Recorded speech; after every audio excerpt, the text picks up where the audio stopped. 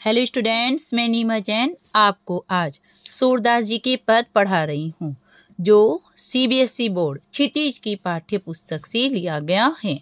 यहाँ पर सूरदास जी जो हिंदी साहित्य के बहुत प्रसिद्ध भक्ति काल के कवि हैं। सूरदास जी की 3 प्रमुख रचनाएं थी, सूरसागर, सूरसरावली और साहित्य लहरी। उनमें भी सूरसागर सबसे प्रमुख रचना है। उसके पद में से यहाँ पर भ्रमर गीत के जो पद हैं उनमें से 4 पद यहाँ पर लिए गए हैं। श्री कृष्ण जी मथुरा में थे तो गोपियां उनके वियोग में बहुत ज्यादा परेशान थी। उस समय वे उद्धव जी को गोपियों के पास योग का संदेश लेकर भेजती हैं। योग का संदेश क्या है? ब्रह्म ज्ञान का संदेश। वे जब गोपियां श्री कृष्ण जी के प्रेम में अत्यंत मग्न थी तो वे उद्धव जी के इस संदेश को सुनकर के उन्हें बहुत गुस्सा आता है। तो उस समय वे सम्मान के कारण उद्धव जी को कुछ नहीं कहती, परंतु उनके पास एक भंवरा होता है, उसी को लक्ष्य रखकर कहती हैं। इसलिए इसे भ्रमर गीत के पद भी कहा गया है। सुनाप उद्धव तुम हो अति बड़भागी, अपरस रहित स्नेह तगाते नाहिन मन अनुरागी। यहाँ पे गोपियां क्या कह रही हैं कि हे उद्धव तुम हो अति बड़भागी, हे उद्धव तुम तो बहुत भाग्यशाली हो। अपरस रहित स्नेह तगाते नाहिन मन अनुरागी। तुम क्या हो? अपरस रहित स्नेह तगाते, तुम बहुत भाग्यशाली हो, तुम हमेशा श्री कृष्ण जी के पास रहते हो, फिर भी क्या हो? नाहिन मन अनुरागी, फिर भी आपका मन उनके अनुराग में नहीं डूबा है, आपका मन उनके प्रेम में नहीं डूबा है। एक बार और देखिए, हे उद्धव जी तुम तो बहुत भाग्यशाली हो, तुम श्री कृष्ण जी के पास रहते हुए भी तुम्हारा मन उनके प्रेम में नहीं डूबा है, अर्थात तुम्हारा मन उनके प्रेम से बिल्कुल अछूता है। पुरेनी पात रहे जल भीतर, तारस देह ने दागी, जो जल महा तेल की गागरी, बूंद नेता को लागी। पुरनी पात रहे जल भीतर, पुरनी कहते हैं कमल के पत्ता, जैसे जल के अंदर रहकर भी उस पर जल की एक बूंद भी नहीं रुकती। आप कभी भी कमल के फूल को देख लीजिए, वो जल के अंदर रहता है, परंतु उसके पत्ते इस तरह के होते हैं कि उन पर एक बूंद भी जल नहीं रुक पाता है। अगर जो लग भी जाते हैं तो तुरंत फिसल जाता है। जो जल माही तेल की गागरी, बूंद ने ताको लागी। इसी प्रकार तेल की भरी हुई गागरी जो बाहर से चिकनी रहती है, जो जल माही उसे जल के अंदर चाहे कितना भी डुबो लो, परंतु बूंद ने ताको लागी, उस पर जल की एक बूंद का भी स्पर्श नहीं होता, अर्थात जल की एक बूंद भी उसे नहीं छू पाती है। ये किसने बताया? गोपियों ने उद्धव जी को बताया है। उसी प्रकार उन्होंने क्या बताया है उद्धव जी को? इन्होंने इन दोनों उदाहरण से उद्धव जी को बताया है कि जिस प्रकार कमल का पत्ता जल के भीतर रहता है, उसके जल की बूंद का स्पर्श नहीं कर पाता, और तेल से भरी हुई गागरी जो तेल से बाहर से भी चिकनी होती है, जल में रहने पर भी उस पर जल की एक बूंद भी नहीं रुक पाती, उसी प्रकार ही उद्धव जी आप पर कृष्ण जी के प्रेम का कोई असर नहीं हो पा रहा है। प्रीति नदी में पाँव ने बोरियो, दृष्टि ने रूप परागी। आपने कृष्ण जी की प्रेम रूपी नदी में पाँव को ही नहीं डुबोया है, आप कृष्ण जी के प्रेम में डूबे ही नहीं, दृष्टि ने रूप परागी, और आपकी नजर कृष्ण जी के सौंदर्य से प्रभावित ही नहीं हुई है। गोपियां कहती हैं उद्धव जी को कि आपने कृष्ण जी की प्रेम की नदी में रहकर भी उसमें डुबकी नहीं लगाई, अर्थात उसमें डूबकर नहीं देखा, और कृष्ण जी के सुंदर सौंदर्य पर तुमने अपनी नजर नहीं डाली, अर्थात उनके सौंदर्य से प्रभावित नहीं हुए। सूरदास अबला हम्बोरे गुरु चाटी ज्यों भागी। अब तक तो उन्होंने क्या बताया था? गोपियों ने उद्धव जी के बारे में बताया था। अब गोपियां सम के बारे में बता रही हैं। सूरदास अबला हम्बोरी, सूरदास जी कह रहे हैं कि गोपियां बताती हैं कि हम तो अबला हम्बोरी, हम जो गोपियां हैं हम तो अबला हैं। गुरु चाटी जो पागी, जिस प्रकार चींटी गुड़ से प्रेम करती है, इस प्रकार लिपट जाती है कि चाहे उसके प्राण चले जाएं, परंतु वो गुड़ का साथ नहीं छोड़ती है। उसी प्रकार हमने श्री कृष्ण जी से इतना प्रेम किया है जिस प्रकार एक चींटी गुड़ से प्रेम करती है, अर्थात हम अपने मरते दम तक, अंतिम समय तक श्री कृष्ण जी से ही प्रेम करेंगे, उन्हीं को अपने भगवान के रूप में पूजा करेंगे। एक बार देख लीजिए, सूरदास जी यहाँ पर बता रहे हैं कि गोपियां उद्धव जी से कह रही हैं, हे उद्धव जी, आप तो बहुत भाग्यशाली हो, आप लगातार श्री कृष्ण जी के पास रहते हुए भी उनके प्रेम में नहीं डूबे हो। जिस प्रकार कमल का पत्ता लगातार जल के अंदर रहता है परंतु जल की एक बूंद का भी स्पर्श नहीं करता है, जल तेल से चिकनी मटकी, गागरी अर्थात छोटी मटकी, वो जल के एक बूंद का भी स्पर्श नहीं कर पाती है। उसी प्रकार है उद्धव जी, आप श्री कृष्ण जी के पास रहते हुए भी श्री कृष्ण जी के प्रेम रूपी जल का स्पर्श नहीं कर पाए। आपने श्री कृष्ण जी की प्रेम रूपी नदी में अपने पांव ही नहीं डुबाए हैं, ना ही उनके सौंदर्य रूपी सागर में अपनी नजर को डाला है, अर्थात आपकी नजर उनके सौंदर्य से प्रभावित नहीं हुई है। हे उद्धव जी, हम तो अबला गोपियां हैं, हम तो अबला गोपी हैं, हम तो श्री कृष्ण जी को उसी प्रकार उनकी भक्ति करते हैं जिस प्रकार चींटी गुड़ से प्रेम करती है, अर्थात चींटी गुड़ से चाहे उसकी मृत्यु हो जाए उसी से चिपकी रहती है। अब इनका सेकंड पद पढ़िए। मन के मन ही मांझ रही, कहिए जाई कौन पे ओधो, नाही परत कही। अवधि आधार आस आमन की, तन मन बिथा सही, अब इन योग संदेशनी सुनी सुनी विरहनी विरह दही। चाहती हुती गुहारी जिथी ती, उनती धार बही, सूरदास अब धी दरे क्यों मर जाता न लही। पहले शुरू की 3 लाइनों की हिंदी समझिए। मन की मन ही मांझ रही, कहिए जाए कौन पे उधो, नाही परत कहे। अवधि आधार आसावन के तन मन बिथा सही। यहाँ पे गोपियां जब उद्धव जी के योग के संदेश को सुनती हैं तो वे क्या कहती हैं? मन की मन ही मांझ रही। हे उद्धव जी, ऐसा लग रहा है हमारे मन की बात मन में ही रह गई है, क्योंकि हमें ये था कि श्री कृष्ण जी जब हमसे मिलने आएंगे तो हम उन्हें अपने मन की बात कहेंगे। अब हम किसे कहे, हमारे मन की बात मन में ही रह गई है। कहिए जाए कौन पे ओधो, नाही पर दे। हे उद्धव जी, कुछ ऐसी बातें हैं जो हमें श्री कृष्ण जी से ही बतानी थी, ना ही परत गई, उन्हें किसी और के सामने नहीं बतानी थी। परंतु अब हम उन बातों को कैसे कहें, हम अपने मन की इच्छाओं को किस प्रकार दबाएं। अवधि आधार आसावन के तन मन विथा सही। हमने अवधि कहते समय, आधार आसावन की, उनके आने के समय को देखते हुए हमें इच्छा थी कि जरूर आएंगे जरूर आएंगे। तन मन विथा से हमने अपने तन कहते हैं शरीर का, और मन के सभी दर्द को सहन किया है।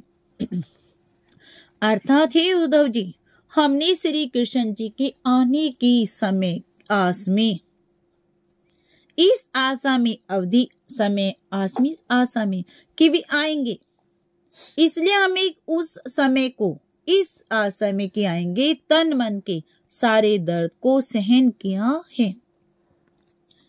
अब इन योग संदेश ने सुनी सुनी बिरहनी बिरह दही, चाहती हुती गुहारी जिथी ते उन ते धार बही, सूरदास अब धी दरही क्यों मर्यादा ने ले। अब आपका जो यह योग का संदेश है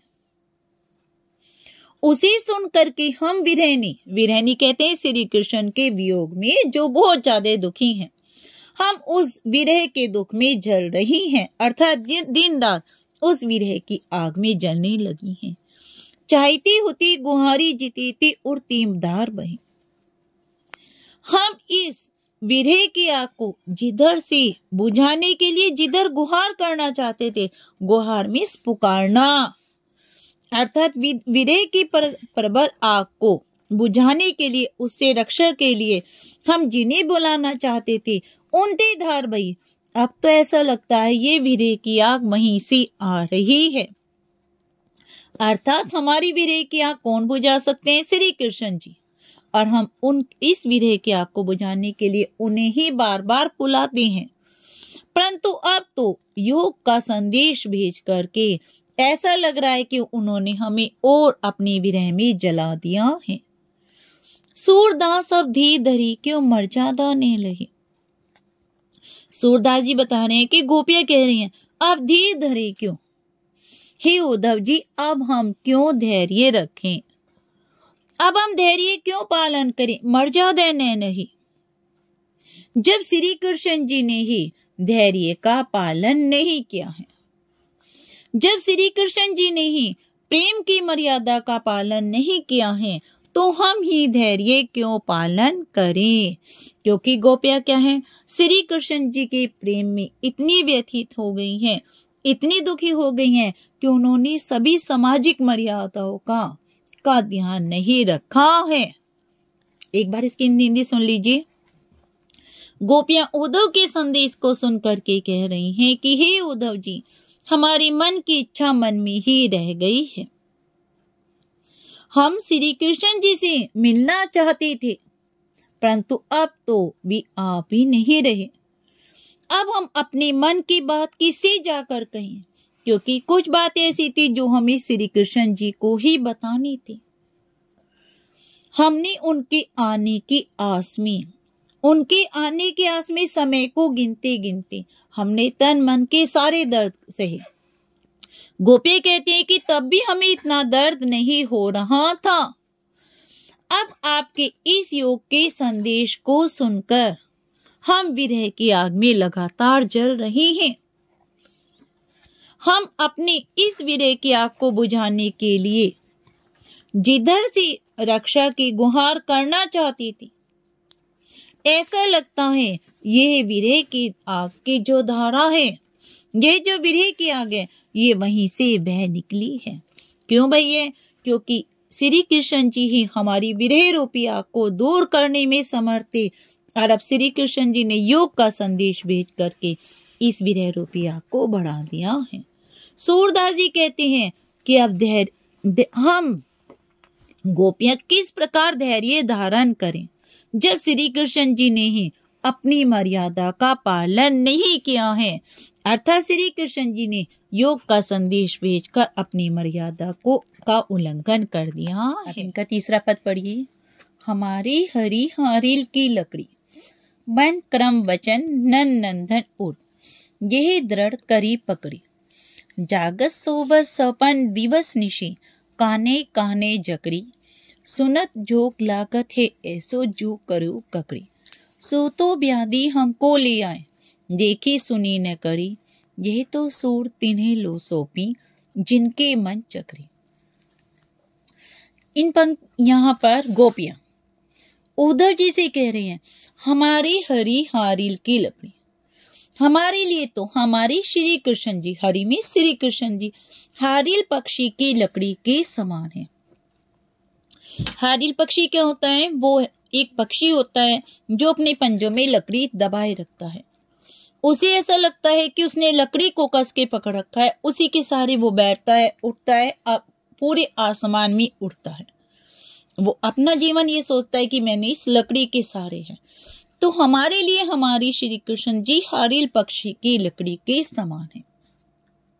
मन क्रम वचन नन नंदन और यह दृढ़ करी पकड़ी। हमने मन से, क्रम से और वचन से नंद बाबा के बेटे को ये दृढ़ करी पकड़ी, मजबूती से पकड़ रखा है।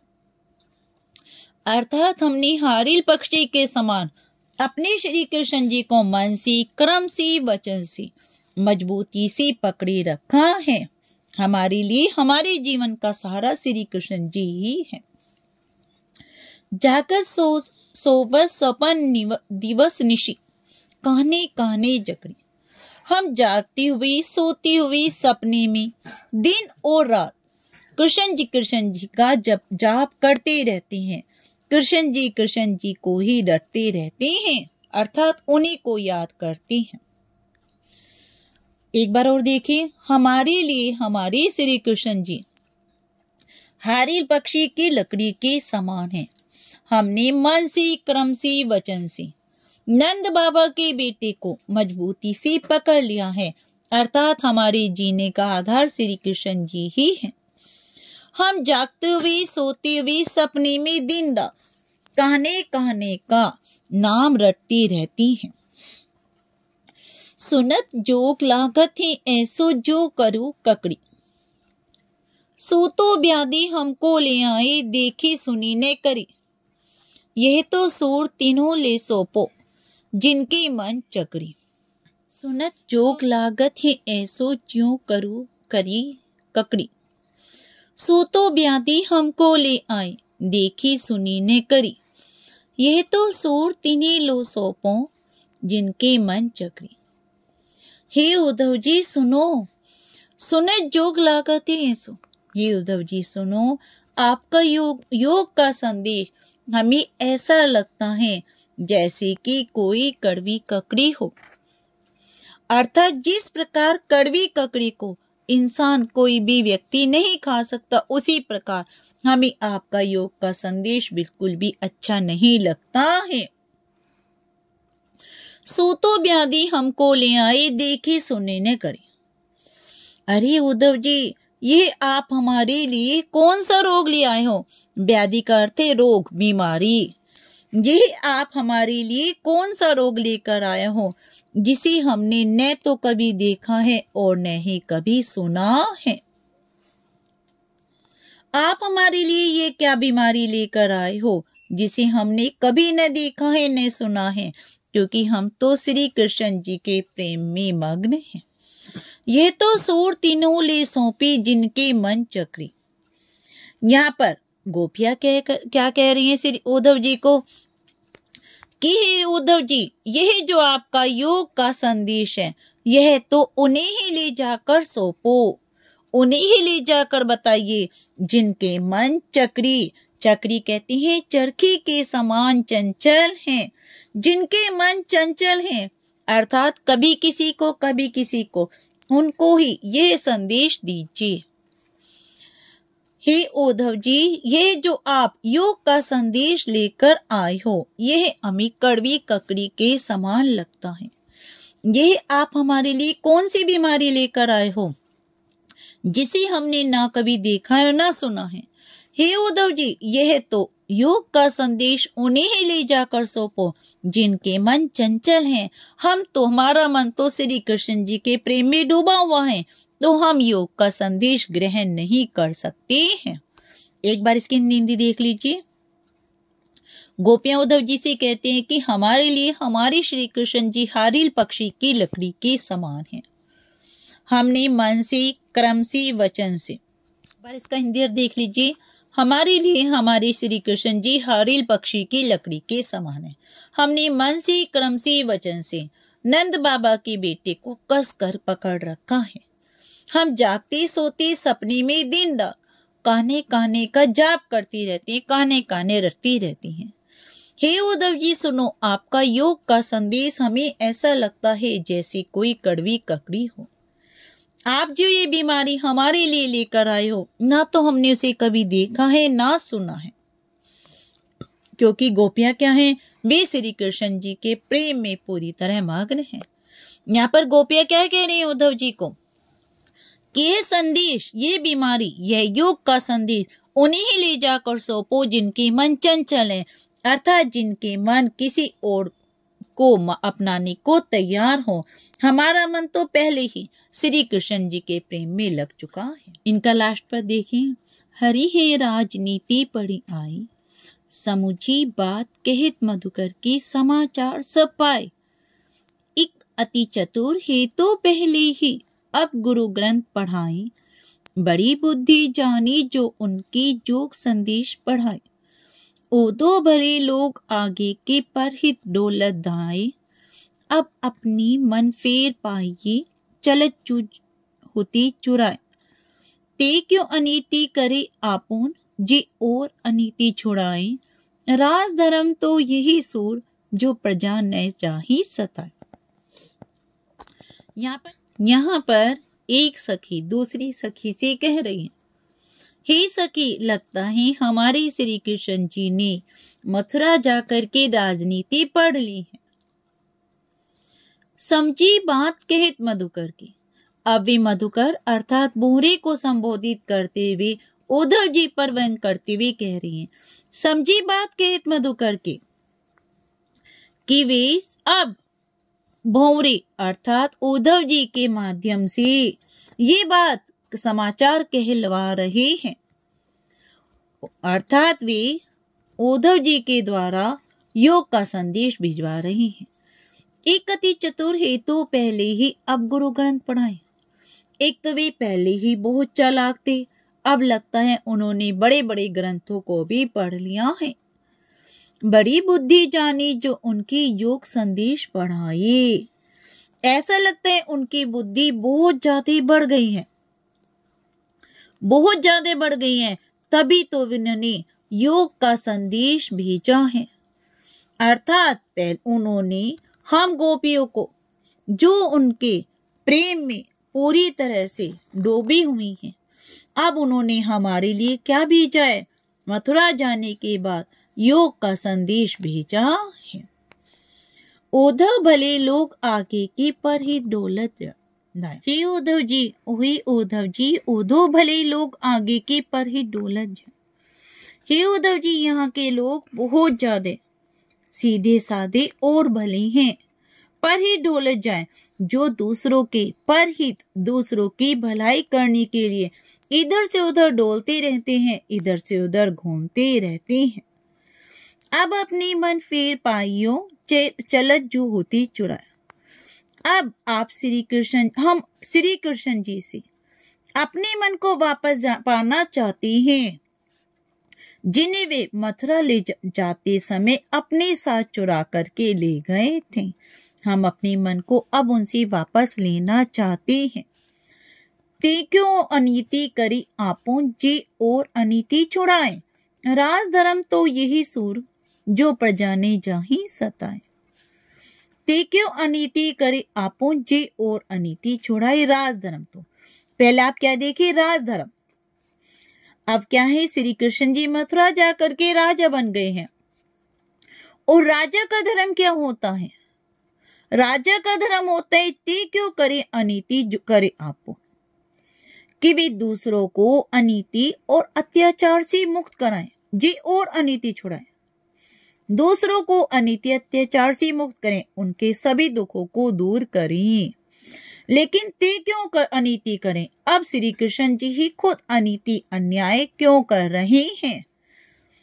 राजा का धर्म तो यह है कि वह अपनी प्रजा को न सताए, तो उन्होंने योग का संदेश भेज करके गोपियां पे उद्धव जी से कहना चाहती हैं कि श्री कृष्ण जी ने हमारे पास योग का संदेश भेज करके क्या करा। एक बार इसकी हिंदी सुन लीजिए। हे सखी, लगता है श्री कृष्ण जी मथुरा में जाकर राजनीति पढ़ ली है, जो उन्होंने उद्धव जी के हाथों ये समाचार भिजवाया है। एक तो पहले ही भी बहुत ज्यादा चतुर थे, अब उन्होंने राजनीति ग्रंथ पढ़ लिया है, बड़े बड़े ग्रंथ पढ़ लिए हैं। अब उनकी बुद्धि और भी ज्यादा बड़ी हो गई है, जो उन्होंने योग संदेश भिजवाया है। हे उद्धव जी, यहाँ के लोग बहुत भले हैं। वे दूसरों की भलाई के लिए इधर उधर घूमते रहते हैं। जब श्री कृष्ण जी मथुरा गए थे तो वे अपने साथ हमारे मन को भी अपने साथ चुरा कर ले गए थे। तो वे अब क्यों अनीति कर रहे हैं, अन्याय कर रहे हैं, जबकि उन्हें तो अन्याय को दूर करना चाहिए। राजा का धर्म यह होता है कि वे अपनी प्रजा के सभी दुखों को दूर करे, अर्थात अपनी प्रजा को न सताए।